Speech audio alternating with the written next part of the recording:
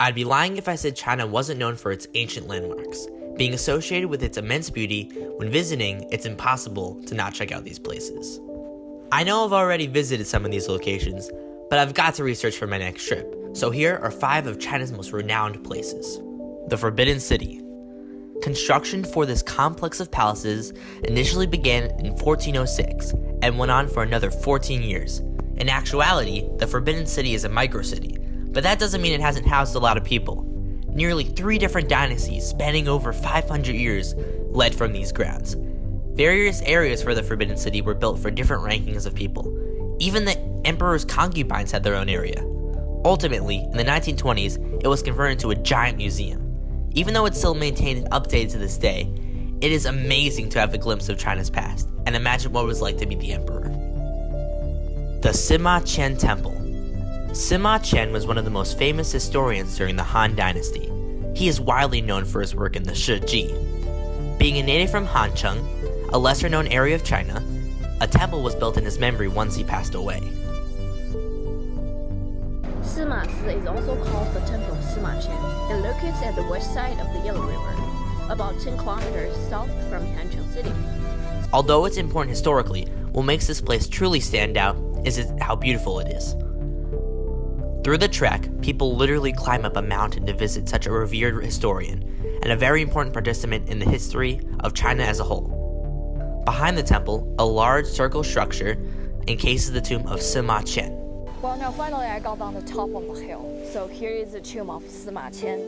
So we can see on the surface there are a lot of engravings, and the shape is a little weird. It's like a round shape too.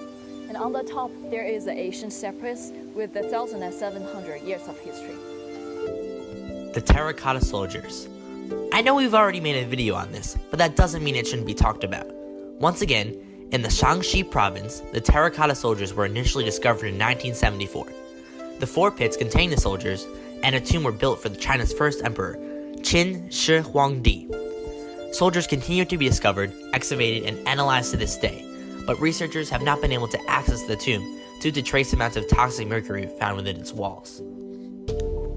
Tiananmen Square. Tiananmen Square is an important historical location in China.